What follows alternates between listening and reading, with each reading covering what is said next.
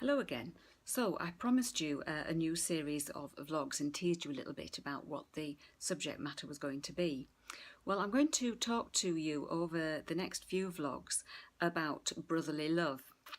But not just about brotherly love, about how we can love a brother who is not really very lovable.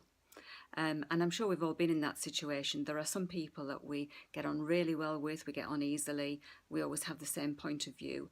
And then there are others that we don't. We always seem to clash, personality clash sometimes it's called, and things are a bit spiky sometimes. So I'm going to talk about why that might be, and also what we can do about it, how we can connect better and understand our brethren better.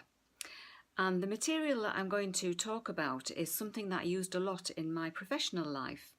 And I've seen it really work miracles. So I've seen dysfunctional teams that have become harmonious and productive and loving to each other.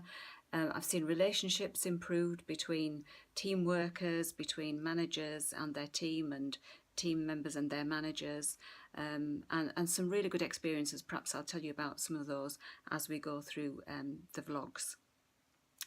So the reason I thought this would be a good idea is because one of our fundamental principles as Freemasons is brotherly love. And as I've just explained, it's not always easy to show that. So there was a person called Anais Nin, I probably haven't pronounced that correctly, and what Anais Nin said was that we see the world not as it is, but as we are. In other words, our own filters and our own experiences influence what we think of people and of situations. So we tend to think that everybody is like us, but actually they're not. People are all very different, and so that's one of the flashpoints, really, that we judge people by our own principles and our own standards and what's important to us, and that might be not what's important to the person who we are communicating with. They might have different priorities and different principles. So when we understand that people as they really are, we can have something called a paradigm shift. You may have heard of a paradigm shift, and if you have, I'm sorry for going into detail and explaining it.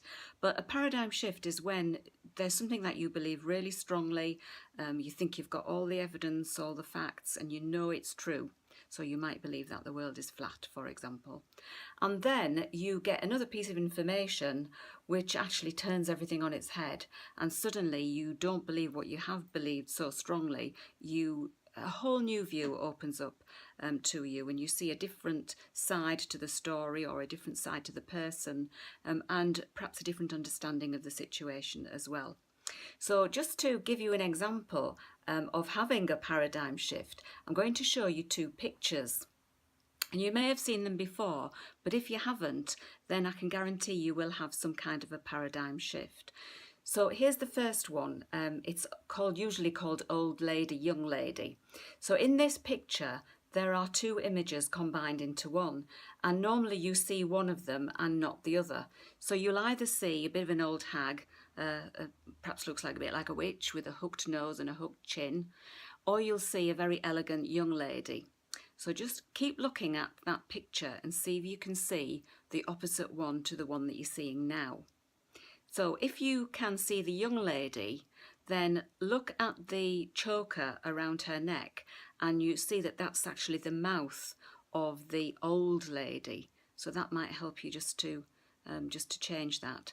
Keep looking and you will see it, even though people swear blind for ages and ages, and then suddenly they can see both images and they have this paradigm shift.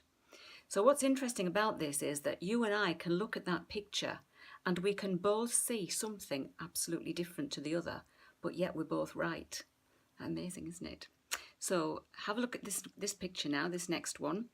So you might look at this and think that it's a big glass bottle with a man and a woman embracing, a naked man and woman embracing. But actually it isn't. The picture is called 9 dolphins. So I challenge you to look at this picture and see if you can find 9 dolphins. Have you found them? Well, here's a tip. Just have a look at the shadows, the dark spaces in between the two bodies, and you'll see that those dark spaces are actually fish shapes and they are the dolphins. So immediately you're absolutely certain there's no dolphins in this picture, but if you keep looking, then you'll have a paradigm shift and you'll see the dolphins there. So I hope I've given you some food for thought in this first part of the vlog. In the next part, I'm going to start to look at different types of people, what's important to them. You can see if you can recognise yourself and recognise your friends and family and colleagues and relatives. And we're going to talk about what's important to each of those different types and how you might understand them better and connect with them better. Okay, so I'll see you on the next one. Bye.